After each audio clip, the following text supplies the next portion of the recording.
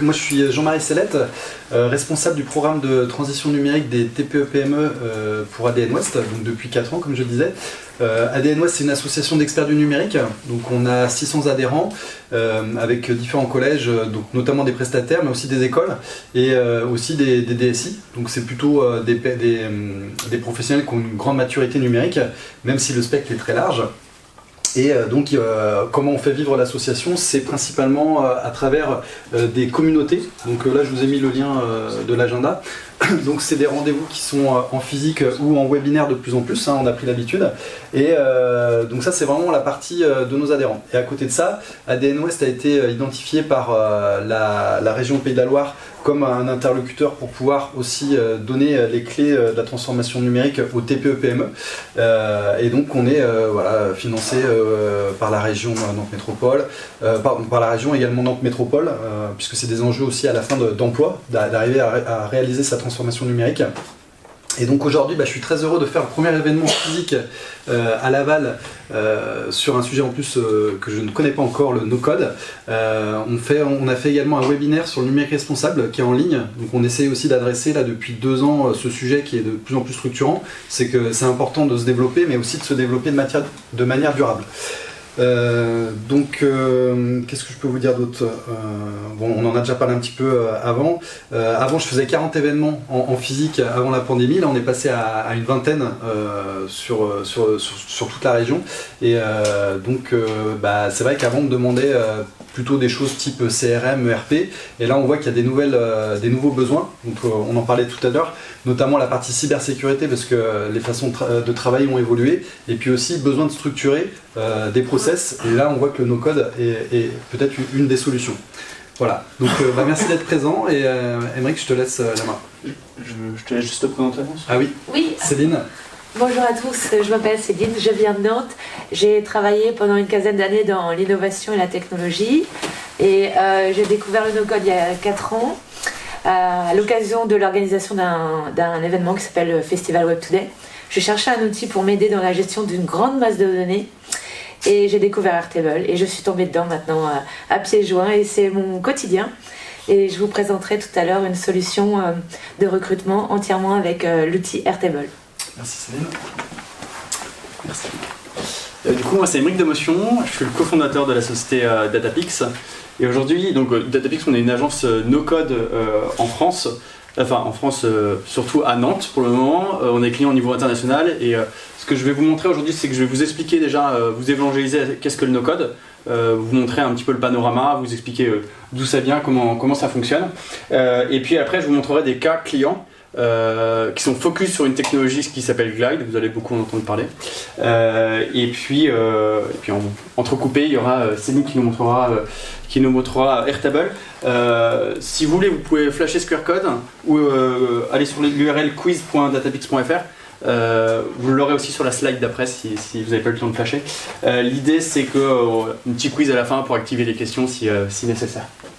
Je vous laisse une seconde. Donc, ceux qui regarderont la vidéo après, ceux qui regarderont la vidéo après ne pourront pas le faire parce que c'est moi qui ai une télécommande pour gérer les quiz en direct sur tous vos téléphones. Voilà. Vous avez le QR code qui est encore en haut, autrement c'est quiz.datapix.fr. Du coup, pour commencer, on va vous proposer une définition du no-code. C'est notre définition, c'est nous qui l'avons défini. Il y a mille et une façons de le définir. En fait, nous, ce qu'on considère, c'est que le no-code, c'est un ensemble d'outils qui sont en ligne. Donc, c'est vraiment des logiciels qui sont en ligne et qui permettent via une interface visuelle de faire de ce qu'on appelle de la programmation visuelle. Donc, concrètement, vous imaginez des briques de Lego. Ces briques de Lego, elles sont devant vous. Vous les organisez et elles sont de différentes couleurs. Et quand vous cliquez sur une brique de Lego, il va se passer des choses. Nous, on va programmer de ça. Autant la forme de la brique de Lego que quand on clique sur la brique, qu'est-ce qui se passe derrière. Ça va nous permettre de pouvoir développer différents types d'outils. Aujourd'hui, ça peut être développer des applications, ça peut être des sites internet, ça peut être des marketplaces, il y a beaucoup d'outils. Aujourd'hui, si vous allez regarder des vidéos YouTube, on vous fera souvent faire une marketplace. Et tout ça, on le fait sans écrire une ligne de code. Ça, c'est la base, et c'est un outil qui va être fonctionnel. La réalité, c'est qu'en général, et que ce soit les outils que j'utilise, mais aussi l'outil que vous présentera Ceinter, il y a toujours un petit peu de code, on rajoute souvent des petits codes pour pouvoir arriver à des choses qui sont sur mesure et qu'on va pouvoir ajuster parce que va falloir faire une connexion avec un outil ou parce qu'il va falloir ajouter quelque chose qui n'est pas natif dans l'outil. Une grosse particularité de tous ces outils, c'est que c'est une vraie constellation et qu'ils sont tous connectés les uns entre eux. Là où vous utilisez sûrement des outils assez traditionnels peut-être avant, c'est des outils qui sont propriétaires. Ils veulent garder la donnée au sein de leur outil et ils ne vous proposent pas de connexion avec d'autres outils via de l'API. Là, ce qu'on va faire, c'est que en fait, chaque outil va avoir des particularités. Et par exemple, vous me dites, je veux faire du paiement, mais je veux aussi avoir de la gamification. Et je vais aller chercher une brique d'outils qui fait du paiement. Pour être honnête, en général, c'est Stripe, si vous connaissez. Et pour faire de la gamification, là, je vais peut-être pouvoir le faire directement dans mon builder, donc dans l'outil qui me permet de pouvoir créer la page, créer l'application. Pareil, si j'ai besoin d'aller chez une map, je vais chercher, potentiellement, je vais chercher un composant ou je vais chercher directement du Google Maps.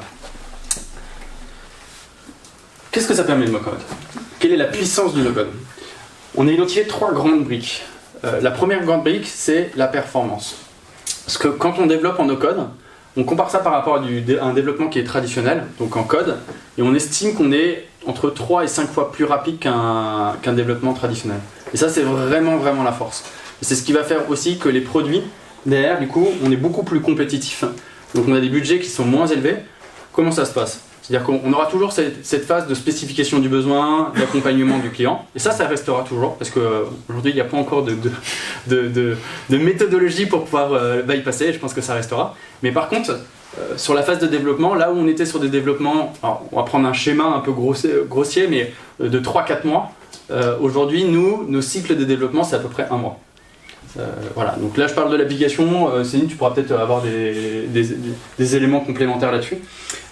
Sur la partie agilité aussi, on va pouvoir avoir des cycles itératifs qui sont beaucoup plus rapides.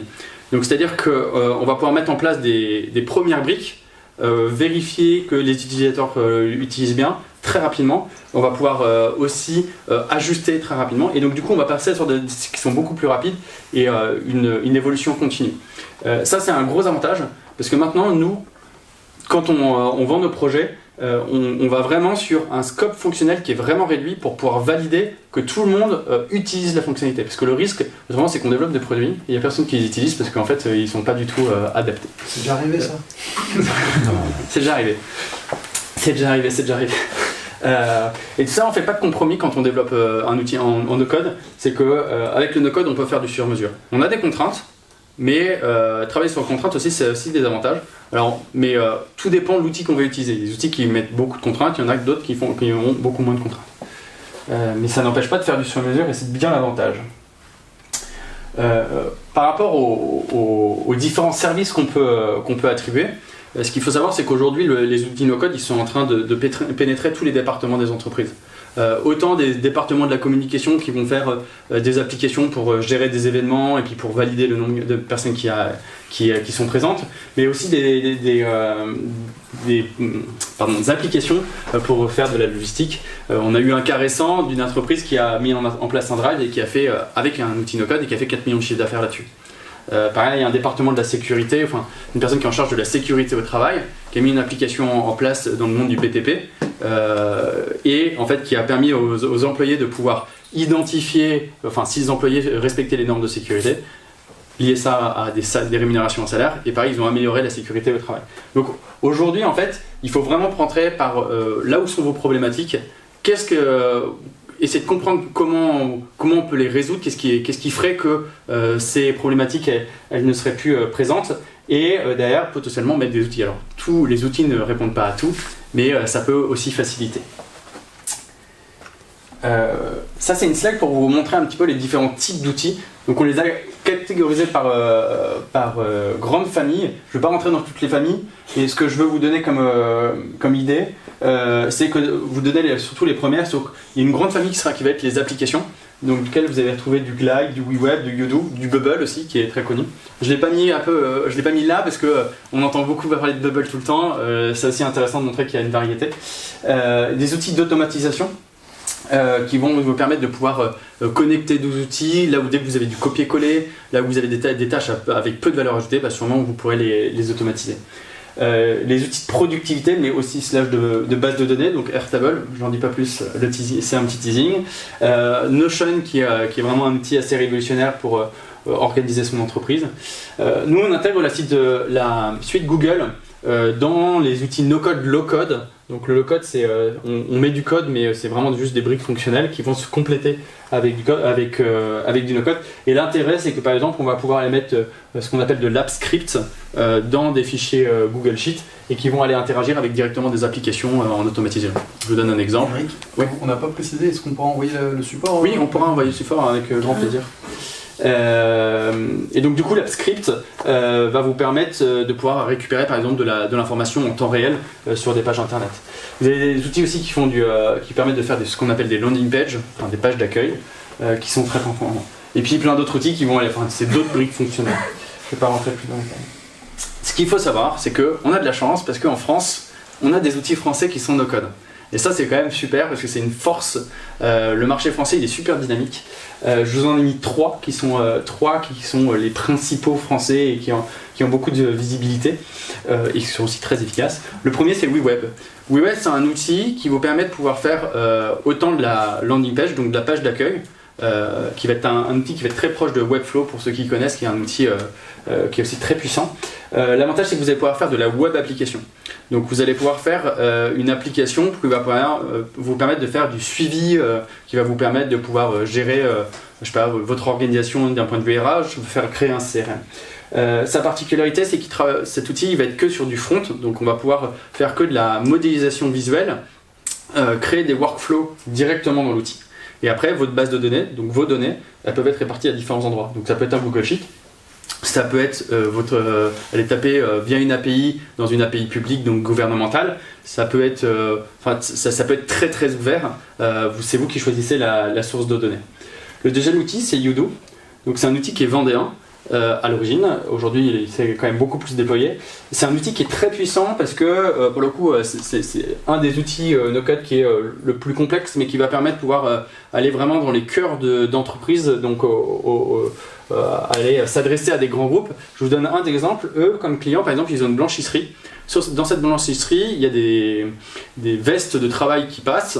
Il y a un petit flasher qui flash les vestes qui passent une fois qu'elles arrivent en bout de chaîne et toute cette donnée va être collectée et toute l'interface qu'il va y avoir pour la personne qui gère en interne son entreprise mais aussi les différents clients, et ben, ça va être géré dans Udo et ils vont pouvoir savoir quand les vêtements sont disponibles lui va pouvoir, le gestionnaire de l'entreprise va pouvoir voir aussi la productivité sur les chaînes de lavage.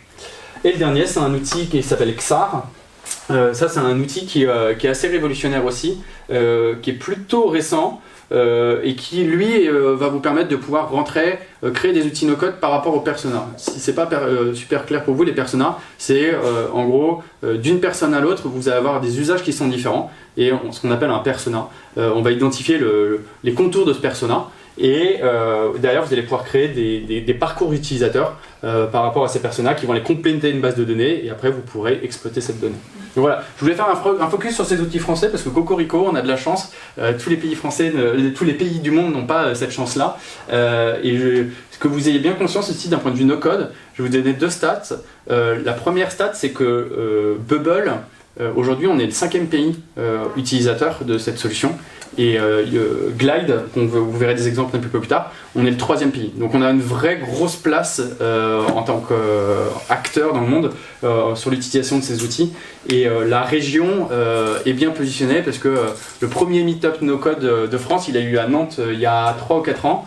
On était 5.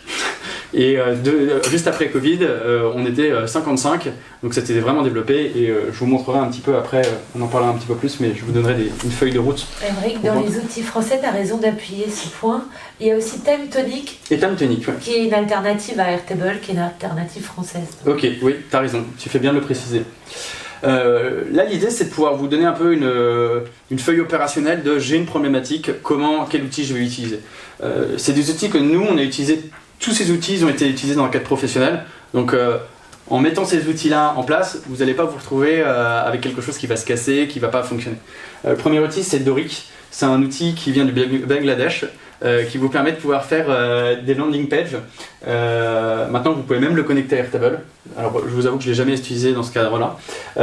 C'est un outil qui est très puissant. Alors, notre site internet est fait sur Doric. C'est pas le plus beau, mais il y a des gens qui font des choses beaucoup plus belles. Les cordonniers ne sont pas les mieux chaussés, mais c'est un outil qui est très intéressant. Pour vous donner un ordre d'idée, c'est $52 de facturation annuelle, hébergement compris. Donc c'est vraiment, enfin voilà, on dit que les outils no-code c'est souvent cher, là c'est vraiment pas cher et c'est très performant, en tout cas on peut faire des choses super avec. Le deuxième outil c'est Glide, donc c'est un outil américain. Cet outil c'est un outil qui va vous permettre de pouvoir faire des web applications mobiles. Donc ils ont créé un produit comme ça à l'origine. Je vous montrerai après un autre cas où maintenant ils ont lancé un outil qui s'appelle Glide Pages et qui permet de pouvoir faire des petits CRM et qui est un outil qui est très très performant. Nous on a basé le développement de notre entreprise sur Glide. Je ne rentre pas plus dans le détail parce que vous verrez des cas concrets. Airtable, voilà l'interface, mais vous la verrez mieux après.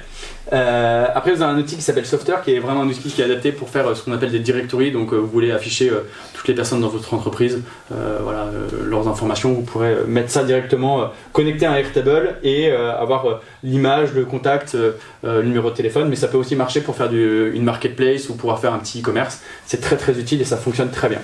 Et enfin, un dernier outil qui s'appelle Make, qui va vous permettre de pouvoir faire des automatisations. Ça, l'intérêt, c'est que voilà, vous oubliez tout ce qui est copier-coller, toute la recopie de données, ça va être vraiment super utile. On peut aller faire des choses qui sont très complexes avec, on peut faire des workflows qui sont très simples, mais on peut aller faire des choses qui sont très complexes.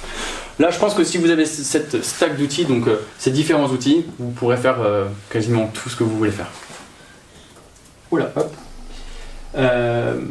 Avant de rentrer dans la démo, je vous ai fait un petit parcours sur le meilleur chemin à suivre pour pouvoir s'acculturer au no-code, pour pouvoir découvrir le no-code. La conférence du jour, merci d'être là, c'est gentil, je pense que c'est un bon point de départ si vous ne connaissez pas. Ensuite, vous avez un Slack qui s'appelle No Code France. Je vous ai pas le nombre qu'on est dessus parce que ça sera des questions après. Et voilà, qui est très dynamique. L'idée, c'est que vous avez une question, vous avez une problématique, vous pourrez trouver des réponses. Vous pourrez, enfin voilà, il y a une vraie solidarité entre tous les membres pour pouvoir s'entraîner. Ensuite, il y a No Code Nantes qui est en train de se développer parce que voilà, il y a une dynamique qui est en train de se mettre en place. Je pense que notre région, on a une place à prendre là-dessus. On sait qu'on est une région très tech, vous êtes très connu pour tout ce qui est réalité augmentée, mais je pense qu'il y a pas mal de choses aussi au niveau de la région sur le no-code à faire. Ensuite, il y a l'événement du Web Today qui a lieu à Nantes et qui va avoir une grosse verticale sur le no-code. Donc si ça vous intéresse, je vous invite vraiment à y aller parce qu'il y a des super experts qui viennent, il y a des outils qui viennent, notamment Mec sera là. C'est quelle date C'est le, je dirais peut-être des 1-2-3 juin. 1-2-3 juin, merci. Et il y aura un stand No Code France. Et il y aura un stand No Code France. Donc voilà, donc c'est vraiment, si vous avez l'occasion de pouvoir venir, c'est, je pense, une très belle opportunité. Et puis après, peut-être rentrer un peu plus dans le concret, donc identifier les outils que vous utilisez en fonction de vos problématiques. Commencez à vous former, il y a plein de contenus partout sur le web, si vous voulez vous former. Le Slack vous accompagnera si vous avez un petit blocage. Tous les experts de France sont sur Slack et les patrons de boîtes no-code sont aussi sur ce Slack. Donc si vous avez un problème, une fonctionnalité qui n'est pas disponible, vous pourrez les interpeller. Lancez votre V0, itérez, et puis si vous êtes bloqué, après vous faites appel à des experts, mais ça peut être à tout niveau, même d'un point de vue personnel, j'utilise du no-code, donc ça peut vous intéresser. Et avant de commencer, petit bonus, si vous voulez vous mettre un no-code, je ne suis pas sponsorisé par Secret, mais en fait vous pouvez aller récupérer des crédits, des perks comme on dit, pour pouvoir avoir des financements, enfin en gros vous payez, je crois que c'est $99 de ce qu'on a vu tout à l'heure, et en fait par exemple si vous voulez installer Notion, Airtable, si vous avez des crédits de $1000 qui sont derrière, qui sont offerts pour pouvoir tester l'outil. Donc ça va permettre de pouvoir se mettre en sécurité et de pouvoir tester dans son entreprise. Hop. Petite transition.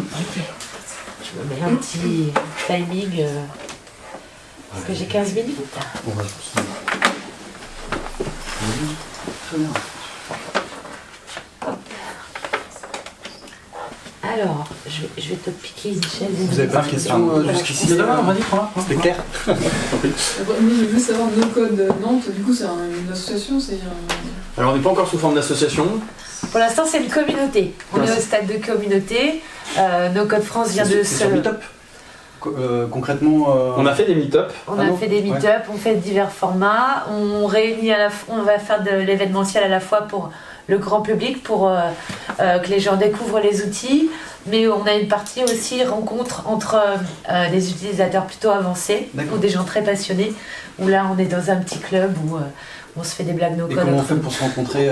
Est-ce que ça passe par l'outil Meetup ou Il y a un canal dans le Slack qui s'appelle No Code Nantes. Et comment on fait pour accéder au Slack? Et il y a un site web no code Donc Nantes. c'est libre. aussi. Ouais, voilà. Vous allez sur nocodenantes.fr Ah, et vous pourrez vous cliquer en haut, rejoindre la communauté et voilà. C'est ça, voilà. Soit participer à des événements, puisque vous avez un petit agenda qui démarre, on démarre tellement.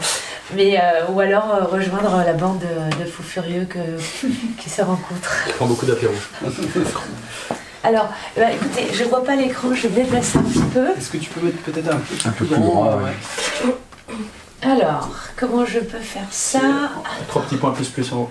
Attends, parce qu'avec mes lunettes là. En haut à droite, là, plus. Oui, zoom.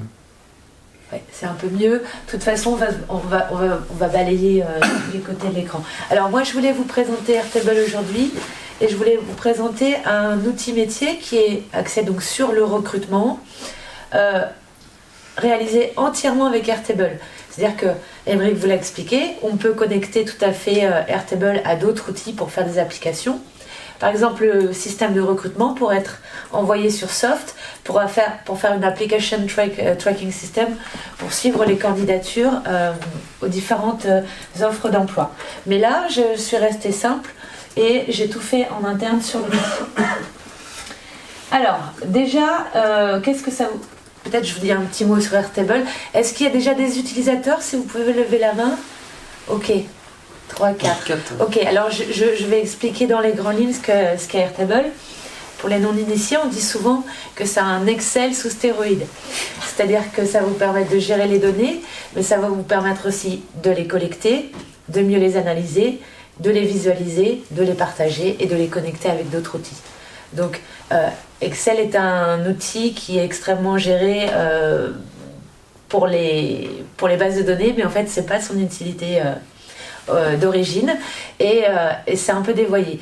C'est un outil très puissant mais qui propose pas tout à fait les mêmes fonctionnalités.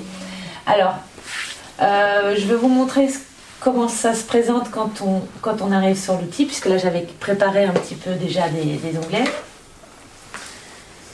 Alors quand vous créez une nouvelle table, vous avez des colonnes. Voilà, je vous montre ce format parce qu'il va vous rappeler Excel. Et à la différence d'un Excel, vous ne donnez pas un format à une case, mais à une colonne. On parle d'un champ. Donc ici, vous pouvez avoir différents champs dans vos colonnes.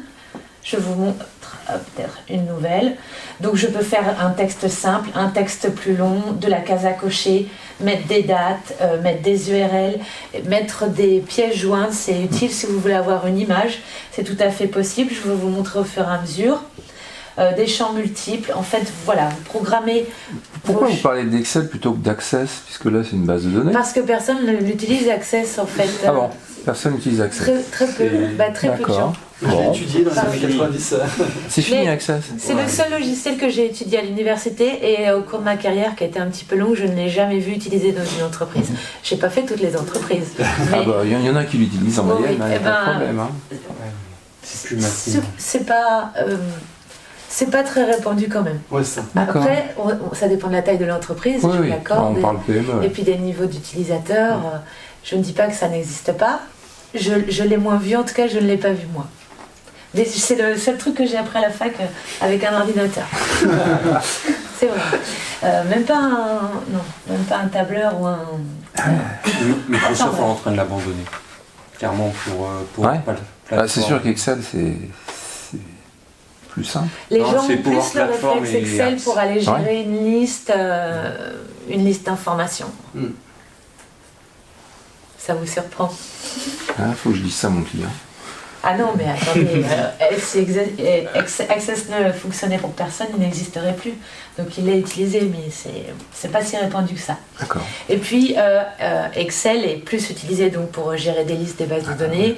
Et on n'utilise pas le logiciel à son potentiel entier, ça c'est certain. Les utilisateurs restent souvent un niveau peut-être un peu avant les tableaux croisés dynamiques. Il y a toujours Michel à la compta qu'on va embêter pour faire les tableaux croisés dynamiques parce qu'il a la connaissance, mais vous seriez surpris de connaître le niveau des utilisateurs.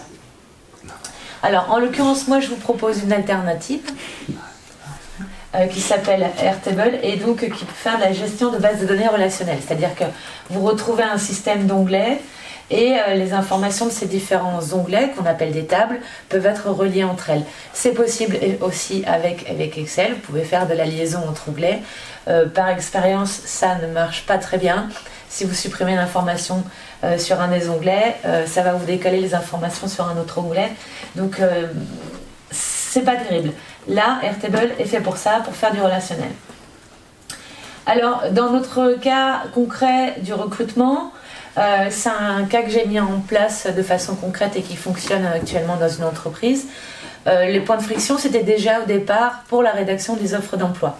C'est-à-dire que dans le contexte que je vous expose, imaginez une PME d'une vingtaine de salariés avec une équipe administrative très réduite, pas de personnes dédiées au RH et des besoins en recrutement très forts parce que l'entreprise était en forte croissance dans son activité. C'est le dirigeant de l'entreprise qui gérait la création d'une offre d'emploi sur un document Word. Ensuite, qui, quand il le pouvait, allait publier ce document Word sur son site web, sa page recrutement, donc un point doc. Et puis derrière, qui gérait comme il pouvait les candidatures via mail dans sa boîte mail déjà surchargée. Donc, c'était pas très efficient. Ici, je lui ai proposé un système où il peut créer ses offres d'emploi et les gérer à partir d'ici. Alors, Airtable, c'est vrai que si vous ne connaissez pas, il faut que je vous explique la facilité de visualiser l'information. Vous avez différents types de vues possibles. Au départ, quand vous créez votre nouvelle table, vous avez un format grid, c'est-à-dire un format en ligne qui peut ressembler à un Excel. Derrière, cette même information peut être vue de façon différente. Je vais vous montrer des exemples. Déjà, à partir de ce que vous avez ici, les champs que vous avez créés, eh bien, vous pouvez en un clic créer un formulaire.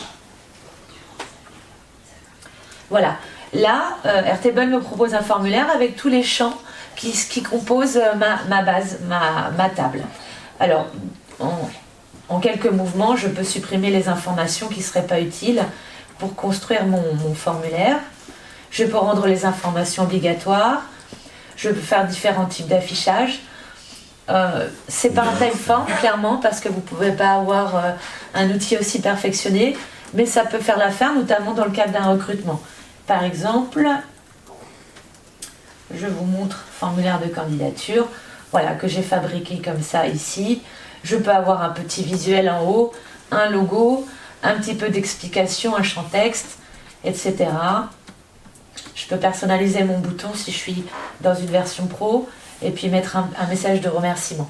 Et vous pouvez aussi rajouter des paramètres dans l'URL pour pré-remplir certains champs en version avancée. C'est ça, du pré-fill form. C'est très pratique parce que vous pouvez adresser bien sûr à quelqu'un un formulaire avec des... Donc, je vous ai montré comment faire un formulaire. Vous pouvez avoir un affichage intéressant aussi qui est en format galerie. Donc ici, on a l'affichage de nos données que vous retrouvez, ce sont les mêmes que vous retrouvez ici dans notre format grid. Mais ici, on va l'avoir sous un format de carte. Donc tout est customisable. Si j'avais un visuel, je pourrais l'afficher. En l'occurrence, j'en ai pas. Je peux enlever. Imaginez un trombinoscope, par exemple. Ça, c'est pour un format carte, c'est très pratique. Un trombinoscope ou même votre CRM avec le logo de l'entreprise qui convient. Et derrière, tout est paramétrable. Je peux afficher toutes les informations qui sont dans ma base à loisir. Voilà. Et je peux filtrer. C'est très puissant pour les filtres. Je fais encore un parallèle avec Excel. Mais sur Excel, vous faites un filtre. Si votre document est partagé avec un collègue et que vous n'avez pas enlevé vos filtres, celui qui passe derrière aura un document avec une information qui est tronquée et puis peut-être vous ne vous en rendrez pas compte à chaque fois. Ici, on peut créer des vues qui sont propres à chaque collaborateur suivant son besoin spécifique d'un champ ou plusieurs champs, bien sûr. Et on va avoir la vue Valérie parce qu'elle a besoin d'avoir une information précise sur les niveaux de salaire des offres. Bon, mon exemple n'est peut-être pas très approprié, mais avec ces systèmes de filtres, de tri, d'affichage coloré aussi, on peut faire un système où on va colorer l'information. Alors, statut de l'offre, hop. Ici, vous voyez, je viens de colorer l'information parce que j'ai demandé à ce que quand le poste est ouvert, la couleur s'affiche. Vous voyez, si je change et que je mets le poste fermé, ici j'ai un affichage tout de suite qui me montre que l'information est différente. On peut faire des groupes, ça c'est très pratique.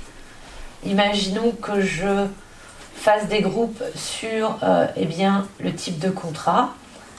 Ici j'avais créé trois offres fictives. Une en CDI, une en CDD, une en stage. Et bien sûr, je vais dupliquer celle-ci. Voilà, j'ai mon groupe qui reste en fonction de mon paramètre. Alors c'est n'importe quel paramètre de tous vos champs, hein, bien sûr. Donc vous voyez, si vous combinez les filtres, les groupes, les affichages colorés, vous pouvez déjà créer, pour chacun de vos collaborateurs suivant leurs besoins, un outil qui va être presque sur mesure.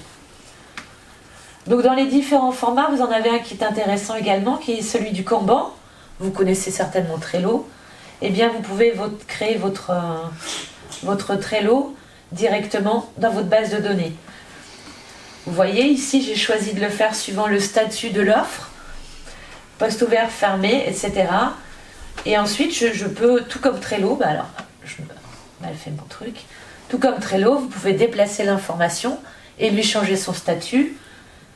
Et ici, le statut, dans toutes les autres vues, dans le reste de votre base de données, l'information modifiée est répercutée. Vous avez également du timeline qui permet de faire la gestion de projet. Alors, je ne sais pas si j'ai qu'un champ d'as, ça ne va pas donner grand-chose. Mais voilà, vous pouvez vous représenter dans le cadre d'une gestion de projet avec un suivi calendrier, c'est tout à fait possible. Vous avez Gantt aussi pour la gestion de projet plus poussée. Bon, là je ne veux rien vous afficher parce que je n'ai pas de données qui correspondent à cette utilisation. Pour de l'offre d'emploi, ça n'aurait pas de sens. Et puis qu'est-ce que vous avez d'autre? Voilà, une version calendrier agenda aussi. Hop. Voilà, avec différents affichages. C'est assez facile, la navigation est assez facile. Voilà, en semaine, hop, en mois. Voilà pour les différentes vues. Donc dans le cas de notre exemple, eh bien, notre chef du personnel ou bien le dirigeant peut créer son offre d'emploi ici. Alors là, hop, je viens de créer un nouveau record. Ça me met automatiquement que je suis sur la rédaction d'une offre. Je précise ce statut automatiquement parce que derrière, je vais publier ces offres d'emploi sur un site internet. Donc il faut bien que je qualifie tout de suite que mon offre n'est pas publiable, qu'elle est en cours de rédaction. Donc ici, je peux choisir un poste qui existe déjà ou bien très facilement créer un nouveau poste, je ne sais pas, moi, de comptable. Voilà, et là je viens de créer un nouveau poste en quelques secondes. Je crée avec vous une offre, type de contrat, je ne sais pas, un CDD, un cadre. Je ne vais pas remplir tous les champs, vous avez compris l'idée. Et derrière, hop, imaginons que j'ai rempli tout ce qu'il fallait, hop, je lance mon poste, il se retrouve eh bien, dans ma liste, mon commercial ici a été ajouté, mon comptable, pardon, a été ajouté. Et bah, je n'ai fait qu'un tiers de ce que je voulais vous montrer. Peut-être on peut prendre des questions par rapport à ce que tu avais à proposer. Eh ben, écoutez, allons-y si vous voulez. On va faire comme ça. Je vous montre peut-être rapidement, je ne m'étale pas plus sur l'offre d'emploi, juste vous dire, on peut derrière publier, on peut mettre un embed en fait. sur son WordPress par exemple. Je vais En français, embed, c'est quoi? Encapsulage? C'est embarqué, voilà, embarqué. Ouais. Vous allez, je vais vous montrer ce que ça donne. Ici, en quelques clics, je récupère mon code que je vais mettre sur mon site WordPress et je vais embarquer cet affichage. Voilà, une petite fenêtre comme ça qui est réglable en largeur, en hauteur. Et je vais afficher directement mes offres d'emploi. Pour mon chef d'entreprise qui n'avait pas le temps lui d'aller mettre forcément son WordPress à jour, là en un clic il a la publication de ses offres. Et donc c'est le même principe pour le formulaire, j'imagine. Alors le formulaire également. Alors au départ j'avais fait un embed comme ça des offres et en dessous un embed du formulaire. J'ai simplifié la chose en intégrant directement un bouton de candidature dans l'offre. D'accord. Et si je l'ai paramétré, alors il n'est pas paramétré jusqu'au bout, mais ici en cliquant sur le bouton dans l'offre, le candidat aurait déjà le poste qu'il a choisi affiché. Il n'aurait pas à venir chercher ici le poste. Voilà, donc ensuite il remplit ce formulaire. Mais là, juste ce formulaire, là du coup il est hébergé, il est dans le CMS WordPress ou il est dans Airtable. Il est dans Airtable. C'est simplement une autre forme en tout cas pour l'utilisateur, c'est pas, il va pas. Oui, alors après vous avez une mise en forme qui est assez simpliste, qui est celle que je vous ai montrée et qui est très peu paramétrable. Mais ça fait le boulot. Par rapport à un point doc que vous aviez auparavant, que vous mettiez quand vous aviez le temps de le mettre et mettre à jour, c'est-à-dire enlever les annonces qui ne sont plus ouvertes, et ben voilà, vous avez quand même gagné un certain temps. Je passe maintenant à la candidature. Donc quand une personne va remplir son formulaire, eh bien les candidatures arrivent dans notre base de candidatures, c'est logique. Et là se met en place tout un système de workflow, parce que ce que je ne vous ai pas encore dit par rapport à Airtable, c'est que vous avez tout un système d'automatisation. On a parlé tout à l'heure de Zapier, d'Integromat qui s'appelle maintenant Make, qui sont des outils qui vous permettent de vous connecter à d'autres outils. Vous avez aussi cette possibilité qui est offerte à l'intérieur même d'Airtable. Donc je peux dire par exemple quand il se passe quelque chose, quand un nouveau formulaire entre dans ma base de données, eh bien il va y avoir une notification dans Slack au collaborateur RH, il va y avoir un mail d'accusé de réception qui va partir au candidat, un mail à Jean-Paul pour qu'il fasse des actions. Enfin vous avez compris le système du workflow. Des automatisations pour mettre à jour d'autres cases. Enfin voilà, vous avez beaucoup de choses possibles à faire directement dans Airtable. Il y a autre chose d'intéressant dans Airtable, ce sont les applications. Encore une fois, pas forcément besoin de passer par un outil tiers. Par exemple ici, j'ai fait un petit, comment ça s'appelle, une notification. Quand une nouvelle candidature nous parvient, et bien ici vous allez avoir un petit gling avec des confettis pour annoncer que quelque chose est arrivé. Vous avez la possibilité de visualiser, là j'ai pas trié, mais des offres précises. Imaginons que je veuille l'offre du commercial parce que c'est très urgent, elle va apparaître ici. Je peux créer un A4, un one page ici directement. Imaginons qu'il y a encore des personnes qui souhaitent faire des PDF pour l'offre d'emploi. Et bien à partir d'ici, je peux créer l'offre d'emploi. Je vais récupérer les différents champs qui se trouvent dans ma base et je vais mettre en descriptif du poste, etc. Là encore, je vais passer très vite, j'ai débordé. Mais imaginez, vous pouvez mettre de la couleur, du visuel, changer de police, etc. Et vous allez produire comme ça très rapidement un format PDF. Vous n'aurez pas à le faire à chaque fois. Vous avez votre trame annonce et puis derrière, regardez, si je balaye, j'ai tous mes postes qui viennent se compléter ici. Voilà. Ensuite, des applications. Il y a la possibilité aussi d'avoir des statistiques. Vous pouvez vous créer un petit tableau de bord rapidement. Alors, je vais le mettre en grand. Voilà.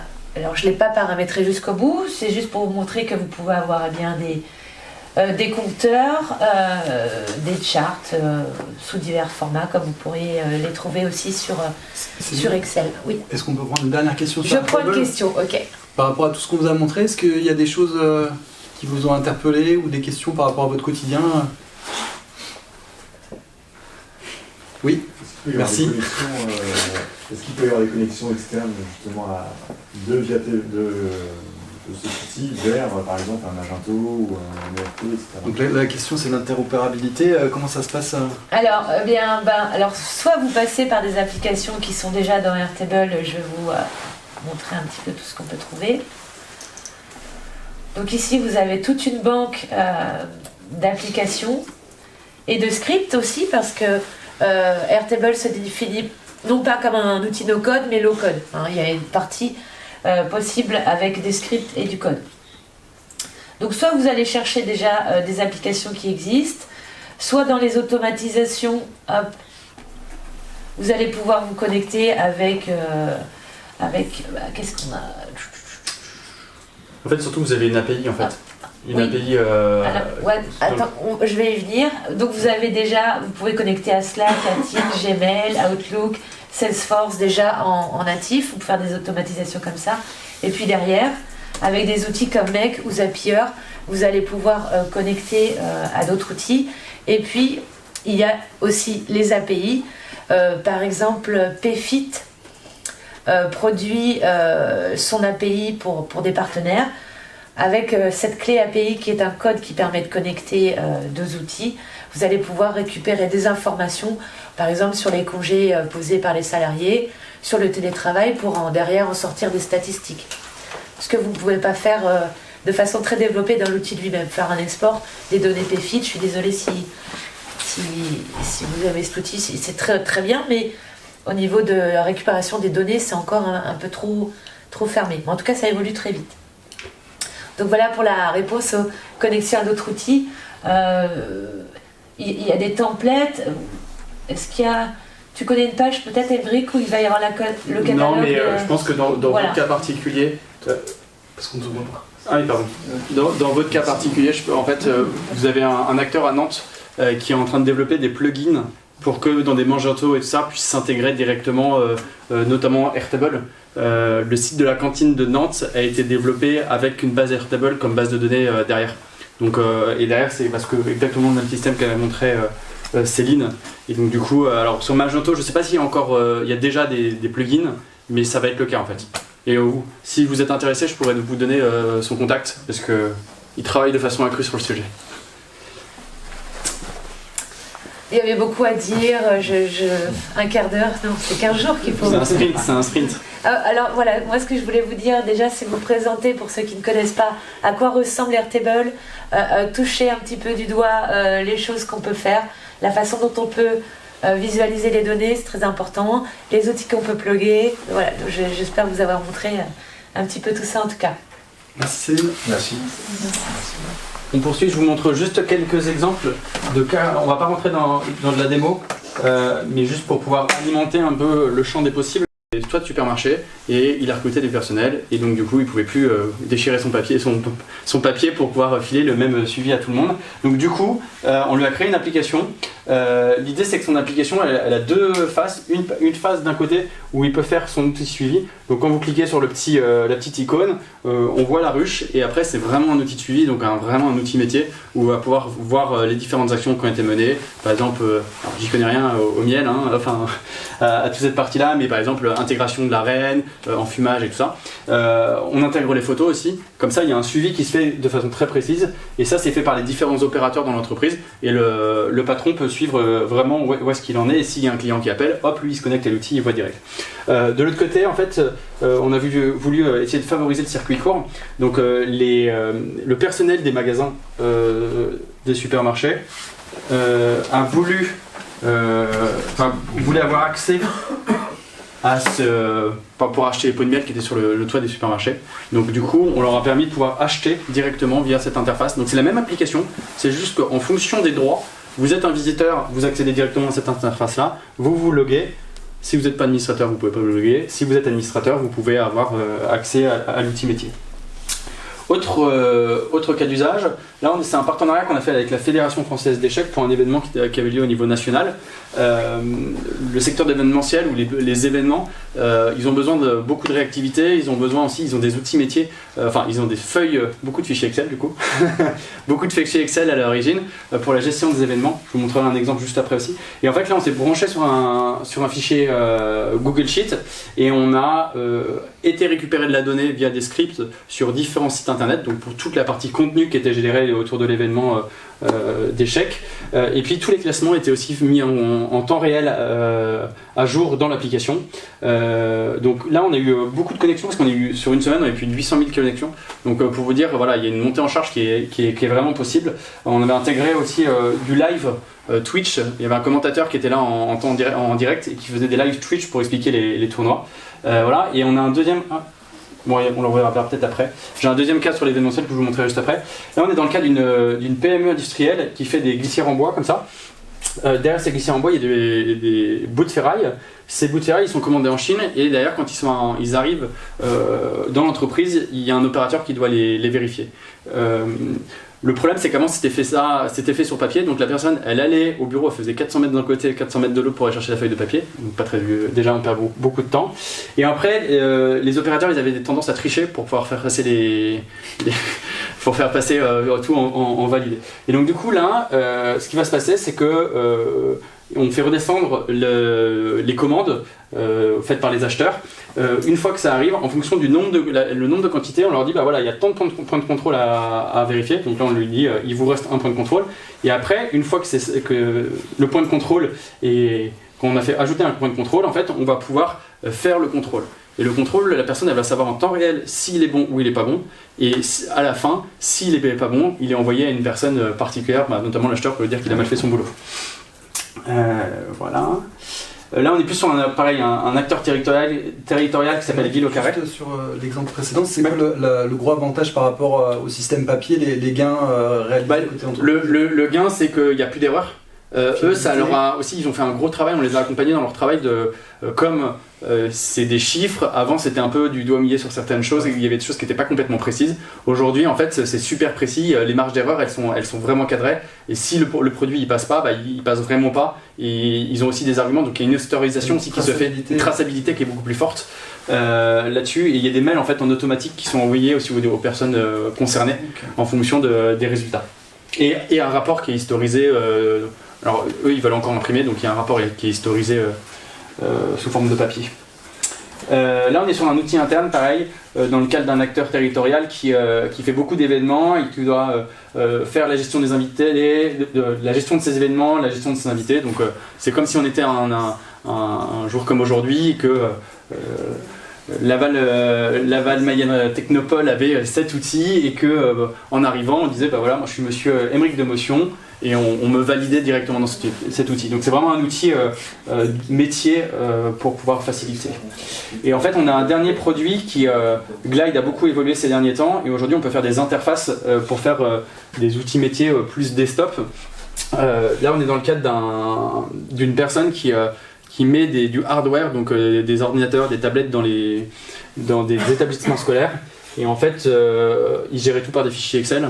Et aujourd'hui, en fait, on s'est branché directement sur le fichier Excel pour pouvoir leur créer une interface.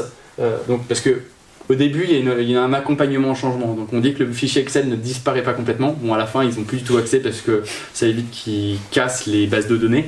Et ils utilisent que leur outil parce qu'il est beaucoup plus fonctionnel. Et donc là, ça permet de pouvoir faire tout le suivi de la propagation des différentes tablettes, savoir quels sont les codes Wi-Fi. Enfin, il y a pas mal d'informations qui passent par cet outil-là. L'avantage, c'est qu'ils peuvent tout utiliser sur desktop et il y a une interface mobile qui est aussi très user-friendly et qui permet de pouvoir être utile en mobilité quand ils sont sur place avec les clients. Et j'ai pas mon dernier cas, c'est pas grave. Le dernier cas, c'est on a été partenaire de l'événement Shting, qui est un événement autour de la créativité qui a lieu à Nantes au niveau de la ville. Et en fait, on a créé une application qui permet de pouvoir localiser les différents événements dans la ville, de pouvoir lancer l'itinéraire en fonction de là où on est, et de pouvoir suivre le programme, les intervenants, tout ce genre de choses. Donc, et en fait, ce qui est le gros avantage là-dedans, c'est qu'on flash le QR code et on a directement l'information ou via les réseaux sociaux. C'est un accès direct, il n'y a pas besoin de passer par l'App Store. Si vous voulez, on joue un peu. Du coup, je vais... Hop. Je sais pas si vous avez eu le temps de faire. Donc là, vous allez avoir une première question qui va apparaître. Il y a une toute petite latence le temps que le Wi-Fi se refasse descendre chez vous. Surtout si votre réseau est un petit peu plus lent. Hop. Donc ça, c'est une application qui a été développée sur Glide. Sous le même principe. J'ai une base de données qui est derrière. Alors pour le coup, là, qui n'est pas sur du Google Sheets, ni sur du Airtable, elle est directement dans l'outil. Et là, en fait, j'ai un droit administrateur, moi. Donc avec mon téléphone, j'ai la télécommande. Et ce que je vois en fait, c'est que donc, du coup là vous êtes normalement ceux qui ont pu se connecter, vous arrivez sur une interface avec une question: en quelle année a été fondé Bubble, l'un des outils no-code majeurs? Je suis en ligne. Vous êtes en ligne. J'ai pas internet. Ah ouais, C'est un compte gratuit. il y a quelqu'un qui a répondu là. Qu'est-ce qui se passe? Ouais, c'est peut-être que si vous avez peu de réseau en fait, comme c'est une progressive web app, il y a la version hors connexion qui se met en place. Bon, du coup là j'ai plus de réponses, j'ai 9 réponses. Du coup, l'outil Bubble, c'est un outil qui a été créé en 2012. Donc pour vous dire, là l'idée c'est de pouvoir faire prendre conscience que le no-code en fait c'est pas tout récent. On a parlé d'Elementor qui est là aussi depuis pas mal d'années, mais du coup ça fait plus de 10 ans qu'ils sont en place. La technologie elle a vraiment évolué, on est sur des frameworks qui sont vraiment viables aujourd'hui et on peut vraiment avoir des choses qui sont fonctionnelles. Normalement vous avez, alors je vois que les stats arrivent. Combien de membres y a-t-il dans la communauté no-code en France? Alors nous sommes sur, oh là là, ça... Bon, vous êtes en train de répondre, donc du coup on est 7000 membres, donc vous voyez il y a vraiment la consistance de pouvoir se faire aider s'il y a besoin. Vous avez des experts dans chaque canal, donc vraiment n'hésitez pas à aller sur cette interface si vous avez besoin, parce que vous pourrez trouver de l'aide, et puis découvrir de nouveaux outils, voilà, si vous avez besoin. Nouvelle question, le no-code est-il viable pour une utilisation professionnelle? C'est ça qu'il y a une grosse question autour de ça. Parce qu'en fait aujourd'hui voilà, il y a pas mal de personnes qui disent que ce n'est pas le cas. Voilà, nous nos clients nous le prouvent. Céline, toi tu l'as vécu au sein d'une entreprise aussi, pas en tant qu'agence mais vraiment en tant que productrice. Et donc voilà, aujourd'hui il n'y a pas de doute, le no-code est en train de révolutionner. Tout ce que la DSI n'avait pas le temps de faire, aujourd'hui on peut y répondre. Après, il faut vraiment spécifier les projets et l'enjeu aussi, c'est spécifier quel outil on met en face du besoin. Est-ce qu'on pourrait imaginer un jour que des entreprises classiques aient des équipes de développeurs no-code Céline, je te laisse répondre. Elle est pour toi, celle-là. Oui, elle est pour moi. Alors, c'est encore rare, des postes de no-codeurs internes hors agence, bien sûr. C'est-à-dire, on est des no-codeurs qui vont travailler pour les collaborateurs de l'entreprise. C'est ce que je vais faire à partir de juillet. Je rejoins... je pense une des plus grosses équipes no-code internes françaises dans une boîte française qui se développe très très bien. Donc oui, ça existe, c'est possible, mais c'est encore rare. C'est encore rare, mais vraiment, enfin, je pense que comme on mettait aujourd'hui sur notre CV qu'on fait du Excel et tout ce genre de choses, je pense que demain, en fait, la pratique basique de Airtable sera un prérequis. Après, il y aura toujours besoin d'experts. Oui, alors actuellement, c'est un plus sur le CV de maîtriser Airtable et encore plus avec Make, c'est encore mieux. Mais dans quelques années et très vite, ça va être impératif de savoir gérer une base de données relationnelle, notamment Airtable. Ça, j'en suis convaincue. Si on peut faire un parallèle, donc moi j'ai 42 ans, donc je suis sorti d'études dans les années 90, on disait c'est important de parler une langue, l'anglais, et là maintenant c'est plutôt d'apprendre à coder. Et pour no-coder. Et vu que c'est quand même assez exigeant le code classique, il y a d'autres façons de pouvoir créer, et là on voit que ça devient aussi un atout de plus en plus dans les prochaines années. Oui, je ne sais pas si c'est une question de ton quiz, est-ce que vous savez combien de pourcentage de gens savent développer? Non, c'est pas une question. C'est pas 2%, je crois. Combien tu dis? 2%, c'est 0,3. Ouais, 0,3. Ouais. Ah oui. Et les donc il y a de la besoins marge. sont croissants. C'est ça. Ouais. Je comprends pas la question. Les gens qui savent coder, les gens qui sont en capacité. Les gens au niveau mondial, combien de personnes sont en capacité de pouvoir coder et dire qu'on a des compétences de développement et qui sont par rapport à la population par rapport à la population mondiale. En fait, c'est l'équivalent, c'est 0,3%. Oui. Donc c'est vraiment anecdotique, mais par contre le besoin il est gigantesque. Donc de plus en plus. Tous les Français parlent anglais couramment. Bien entendu. Question suivante, est-il possible de gérer plusieurs millions de lignes de base de données grâce au no-code? Donc voilà, c'est une grande question. Ah oui. C'est une grande question en fait, en fonction des outils, il y a des outils qui sont plus limités. Airtable va avoir 50 000 lignes de base de données qui vont être pouvoir en natif. Après, il y a des plans pro qui permettent de pouvoir dépasser cette limite, je crois, si je ne dis pas de bêtises. Oui, mais. Ouais, voilà, mais qui ont un coût, mais après. C'est limité à 50 000 lignes. Ouais. Bah, ça dépend par table. Il n'y a pas de limite de champ, mais effectivement, les. Juste pour l'animation du quiz dans l'événementiel, c'est bien de dire ce que a répondu la salle. Est-ce que tu as l'information ou Là, oui, je vais la donner. Ah ouais, d'accord. Je vais la donner. Et donc oui, je l'ai pas fait personnellement. Bah pas à chaque fois, je pense, non. Ah bon? Ah bah je vous ai pas donné. Bah je vous redis. Donc du coup, il y avait 7000 personnes inscrites. C'était quoi la première? Je vais revenir directement. L'année de C'est des réponses sur les arts. Alors, Bubble, ouais, l'année de personne n'aura Bubble. répondu Ouais, le no-code est-il viable dans une utilisation professionnelle? Bon, on l'a vu. Le nombre de lignes, des millions de lignes dans une base de données, oui c'est possible, mais ça dépend vraiment de l'outil. C'est là où c'est vraiment l'enjeu, c'est de pouvoir Qu'est-ce qui spécifier. a répondu le public? Ah oui, et le public a répondu. Est-ce que le Et public vous a raison avez les stats normalement. Mais moi j'ai pas l'internet. Ouais, ça marche. Ah oui, pardon. Bah du coup, Je pense aussi à la communauté web. et du coup, voilà, vous avez dit oui. Alors je suis pas en pourcentage. J'ai 13 personnes qui ont répondu oui et une personne qui a répondu non sur les millions de bases de données. Millions de lignes de bases de données, je vais y arriver. C'est vrai qu'on n'a pas trop insisté sur les limites, les côtés négatifs. Peut-être parce qu'on est. Non, mais en fait, il y a des limites comme partout. Même sur des projets tech normaux, il y a des limites. Ce qu'il faut juste, c'est et c'est un peu l'expertise aussi de personnes comme toi, de personnes comme les agences, c'est d'avoir une bonne connaissance de ces limites-là pour pouvoir orienter vers les bons projets, vers les bons outils pour répondre à des projets. Et après, excusez-moi, on n'a pas parlé prix aussi, Ouais. tous les abonnements, etc. Alors ça dépend, on a parlé un tout petit peu au début, je vous ai donné un ordre d'idée. Pour un projet par exemple, c'est-à-dire que vous facturez votre prestation et après c'est un abonnement pour le client qui paye. Alors nous dans notre cas, on fait un développement initial, donc il y a un setup, et ensuite on fait un système d'abonnement, donc qui comprend les abonnements de tous les outils, parce qu'en général on n'utilise jamais un outil, on a du make ça. Et en fait, dans cet abonnement-là, nous on intègre de l'évolution, parce qu'on a vu qu'il y avait un cycle itératif qui pouvait être très rapide. Et donc du coup, si on facturait, on disait bon voilà, ça ne nous concerne plus, c'est pas du tout l'état d'esprit du no-code, c'est qu'on teste et on fait évoluer rapidement. Donc du coup, nous on permet à nos clients de pouvoir faire de l'évolution assez rapidement. Et puis après, il y a toute ce qu'on appelle de la maintenance applicative, donc vérifier que les workflows fonctionnent directement. Donc nous on a des dashboards, on reçoit tout le temps des alertes s'il y a des problèmes. Enfin, c'est des choses qui peuvent arriver, un grain de sable qui vient de se mettre dans un workflow et ça saute.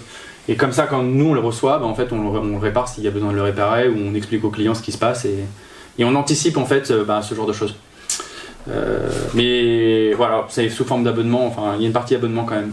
Parce que comme ça aussi, ça me permet de s'assurer de la satisfaction client. Parce qu'autrement la personne peut comprendre, dire ah bah tiens ça marche plus là, pourquoi? Il y a souvent une raison cohérente derrière. Sur le pricing, je peux rajouter, vous avez souvent une version gratuite de tous ces outils qui vous permet déjà d'essayer, de voir éventuellement si ça répond à vos besoins.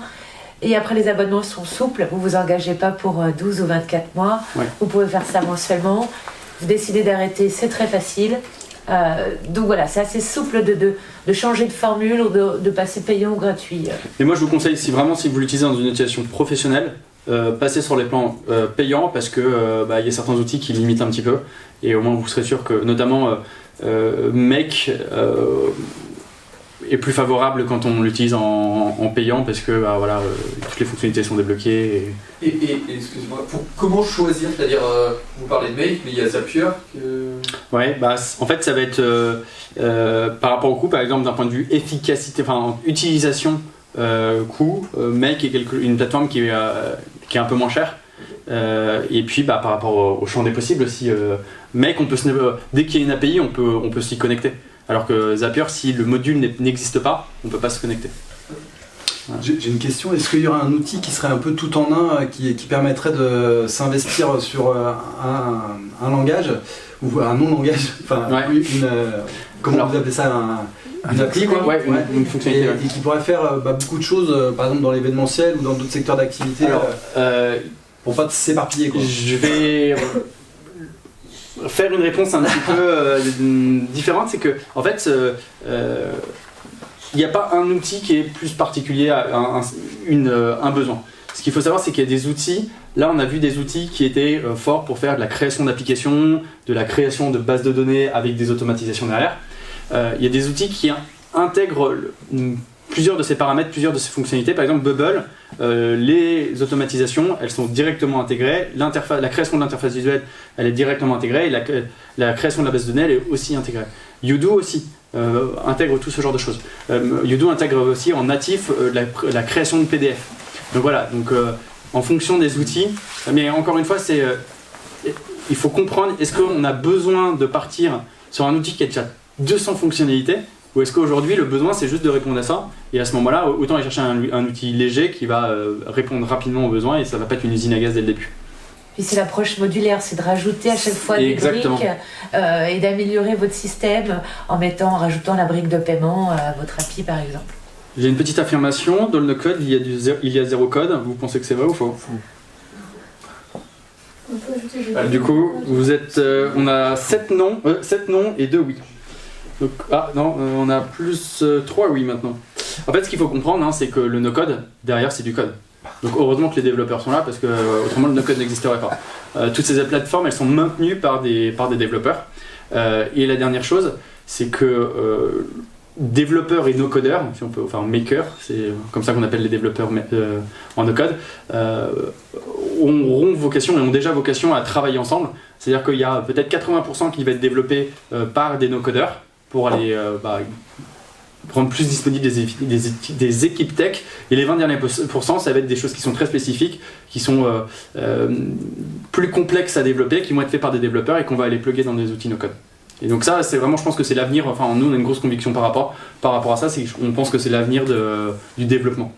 Après, il y a aussi une autre façon, c'est qu'on peut imaginer qu'on développe une plateforme de code, on valide l'usage, on valide le marché, et après, l'itération d'après, c'est de développer cette plateforme en code. Mais au moins, on aura validé que tout est fonctionnel et que tout est bien. Dernière question, combien a levé l'entreprise Preio en avril 2022 grâce à un produit 100% de code?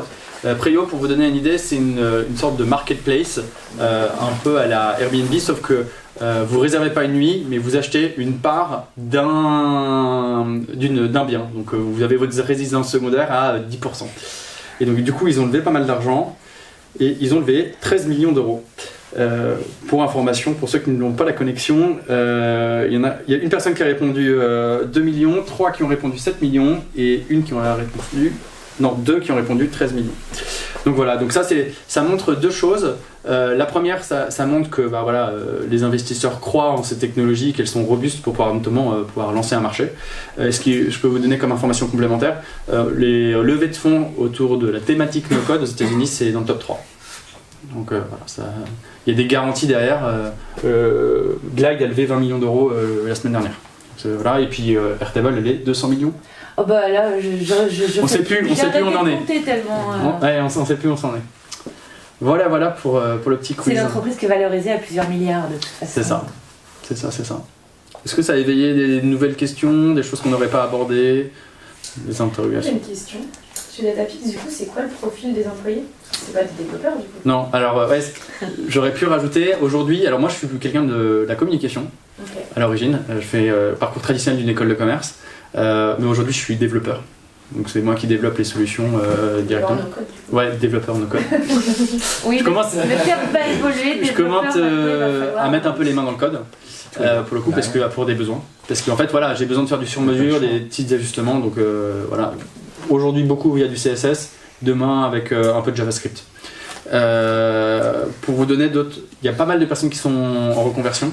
Il y a une infirmière qui est assez populaire dans le monde du no-code et qui fait notamment de l'évangélisation, de la formation autour du no-code. Et autrement, beaucoup des personnes qui sont dans le design, ce genre de choses. En fait, l'avantage, c'est que la personne qui va pouvoir produire, elle va avoir une multi-casquette. Et donc elle va pouvoir comprendre très rapidement le besoin du client et l'exécuter directement. Avant, c'était vraiment splitté en saucissons. Il y avait beaucoup de déperditions. Moi, quand j'ai commencé à bosser, je bossais dans une agence digitale. J'étais chef de projet et je faisais le téléphone arabe entre le client, les créas, la tech. c'était assez compliqué. Aujourd'hui, voilà, là, le client il exprime, on produit et c'est fait. Donc, voilà. Ça vous parle? Ouais, enfin, le client s'exprime, on produit, non. Et entre les deux, il y a un sacré boulot quand même. Oui. Il y a un sacré boulot, mais là, en fait, ce que je vous dis, le client s'exprime. Quelquefois, par exemple, sur des phases d'itération, on est capable de pouvoir, pendant la réunion, faire des ajustements directement en temps réel. Ouais. C'est le cas, hein. En fait, on le fait souvent avec certains clients où on se fait un créneau d'1 heure et en fait, lui a noté un peu toutes ses besoins, ses évolutions et en fait, en 1 heure, il est reparti avec son produit qui était refait. Ah ouais, mais pour le coup, c'est la partie assez fantastique en fait. Vous voyez comme on a ça dans le sang là. Après, non mais en fait, je l'exprime comme ça. Tout dépend de la fonctionnalité qu'il y a à faire. Si c'est une fonctionnalité qui est voilà, si c'est juste de l'affichage visuel et rajouter un champ de stockage dans la base de données, là ça va. Si après c'est revoir complètement un workflow, un usage, là c'est bien différent. Faut démonter, remonter. Parce qu'à un moment, vous aviez fait un dessin, on avait l'impression qu'avec du no-code, on pouvait faire une CRM, quoi. Il y avait toutes les briques qui allaient bien. C'est faisable. Bah oui. Bah du coup là, c'est ce qu'on est en train avec les nouveaux outils. Bah déjà Airtable en fait. Complètement. Donc SAP est mort, alors c'est fou ça. Bah ils ont chauffé son téléphone. Ah ouais. On peut le présenter comme ça. Mais je pense que, il y a peut-être aussi une évolution des besoins où on a besoin d'être outillé et on est peut-être moins exigeant en termes d'esthétisme ou choses comme ça. Et je pense que là, le no-code, ça va répondre à 98% aux besoins. Alors qu'avant, on était plutôt sur des cycles en V où on faisait des spécifications détaillées. Enfin, ça prenait un temps très long et à la fin, ça correspondait pas forcément aux besoins parce que c'était aussi une autre façon de gérer les projets. C'est aussi une culture, quoi. Donc c'est hyper intéressant ce que tu dis parce que on avait une grosse discussion avec tous les experts Glide à travers le monde. Et en fait, la grosse question c'était est-ce que vous passez par un cycle de wireframe pour pouvoir développer les apps? Alors, en français, merci. Maquette, merci. Merci. Maquette. Voilà, est-ce que vous passez par des maquettes? Et en fait, nous, on est plus rapide. J'ai un besoin de client, j'ai besoin de lui montrer quelque chose. Là, j'ai un client, j'ai un gros client pour lequel je bosse. Je passe pas par une maquette parce qu'en fait, je préfère lui montrer directement quelque chose. Ça me prend autant de temps que faire un PowerPoint ou que de faire des maquettes. Là, je lui présente et en gros, on va déjà commencer à itérer en disant ok, ça on n'en veut pas, ça on veut. Et en fait, c'est ça qui est super fort. Là où avant, même sur des outils, en fait, les SAP et tout ça, c'est bien, c'est des grosses machines. Mais après, quand vous voulez quelque chose de sur mesure, c'est possible. Mais c'est du temps, c'est du process, c'est beaucoup. Et puis voilà, un expert sur SAP, en TJM, c'est pas donné. Voilà. Donc voilà, ça répond pas à toutes les entreprises. Après, le no-code accompagne aussi des porteurs de projets où c'est le début de. Ça ne répond pas que à ça, mais oui, c'est super pour les porteurs de projets. C'est une très très belle opportunité. Voilà, tu as 3 gros axes. Tu vas avoir le MVP, la production d'un MVP, le growth, et puis le côté opérationnel, productivité, en créant des outils sur mesure, des outils métiers. Alors peut-être donc le MVP c'est un produit qui puisse fonctionner à minima et growth qu'est-ce que tu veux alors c'est l'acquisition clientèle, lead. Alors je rebondis c'est du web marketing, c'est ouais, ça. C'est du web marketing. Voilà. En bon français, c'est ça. Oui, mais alors on n'a pas des experts. Merci d'avoir. Là, mais le spectre est tellement large aujourd'hui que donc growth c'est utiliser aussi la data derrière. Et notamment la landing page, c'est essentiel. La page d'accueil. Pardon. Et alors, je rebondis sur la langue. En fait, beaucoup de ces outils ne sont disponibles qu'en version anglaise. C'est le cas par exemple pour Airtable, jusque-là en tout cas. Mais le gros avantage que vous avez, c'est que le langage est commun à tous ces outils.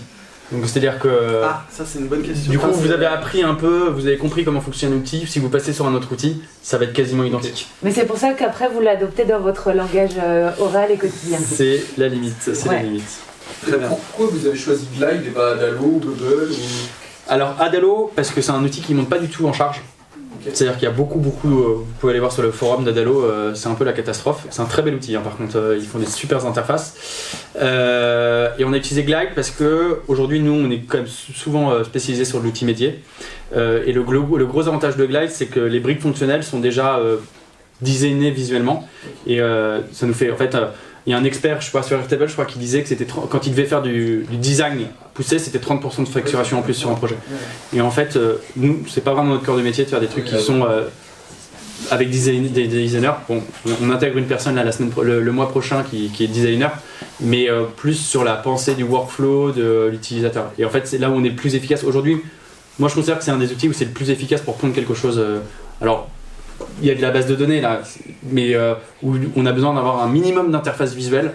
C'est Glide qui est le plus efficace. Et Airtable par rapport à Notion? Juste, Notion intègre aussi des bases de données, intègre aussi tout ça. Alors pour le coup, ça va être un parti pris. Moi, je suis plus à l'aise sur Airtable que j'utilise depuis longtemps. Notion, je commence à m'y intéresser, mais je le vois plus dans le cadre d'un suivi de projet ou d'un événement. C'est comme ça que je l'imagine. Voilà, je suis plus format Airtable. Moi. Et puis Notion, il va avoir du mal si vous avez, je sais pas, 2000 lignes de base de données. Sur Airtable, tout va s'afficher. L'outil est optimisé pour ça. Sur Notion, vous allez avoir, je sais pas, je crois que c'est 25 ou un truc comme ça. Et puis après, il va falloir charger. Donc, oui, les bases de données sont un élément de Notion et Airtable, c'est ça. C'est bien quand les bases de données sont pas trop grandes, je pense. Et puis Airtable, je l'utilise pour faire des automatisations, etc. Qui est très adapté. Ouais, et Airtable, on peut jamais descendre la base de données sur un serveur privé ou... Non, mais par contre, maintenant il y a de plus en plus de l'open source. Okay. Il y a un outil qui s'appelle, si je dis pas de bêtises, ça s'appelle Bezro, et pour le coup qui est installable en local et qui est très très très très proche de Airtable. Comment tu l'écris? Bezro, B-A-S-E-R-O-W. Okay. Voilà. Et ça, c'est un truc qui est en train de se développer, les outils open source no code. Oui, oui. Donc voilà, il y a sur les automatisations en open source, il y a N8N, merci, N8N, oui. Qui est un peu plus complexe que du mail pour lui. Est-ce qu'il y a d'autres questions de ce côté éventuellement? Et il y a vraiment des outils qui sortent tout le temps, et des nouvelles fonctionnalités dans les outils. Airtable présente des nouveautés tous les mois. Vous avez une newsletter avec plein de nouvelles fonctionnalités. Ils ont 200 millions, donc ils peuvent.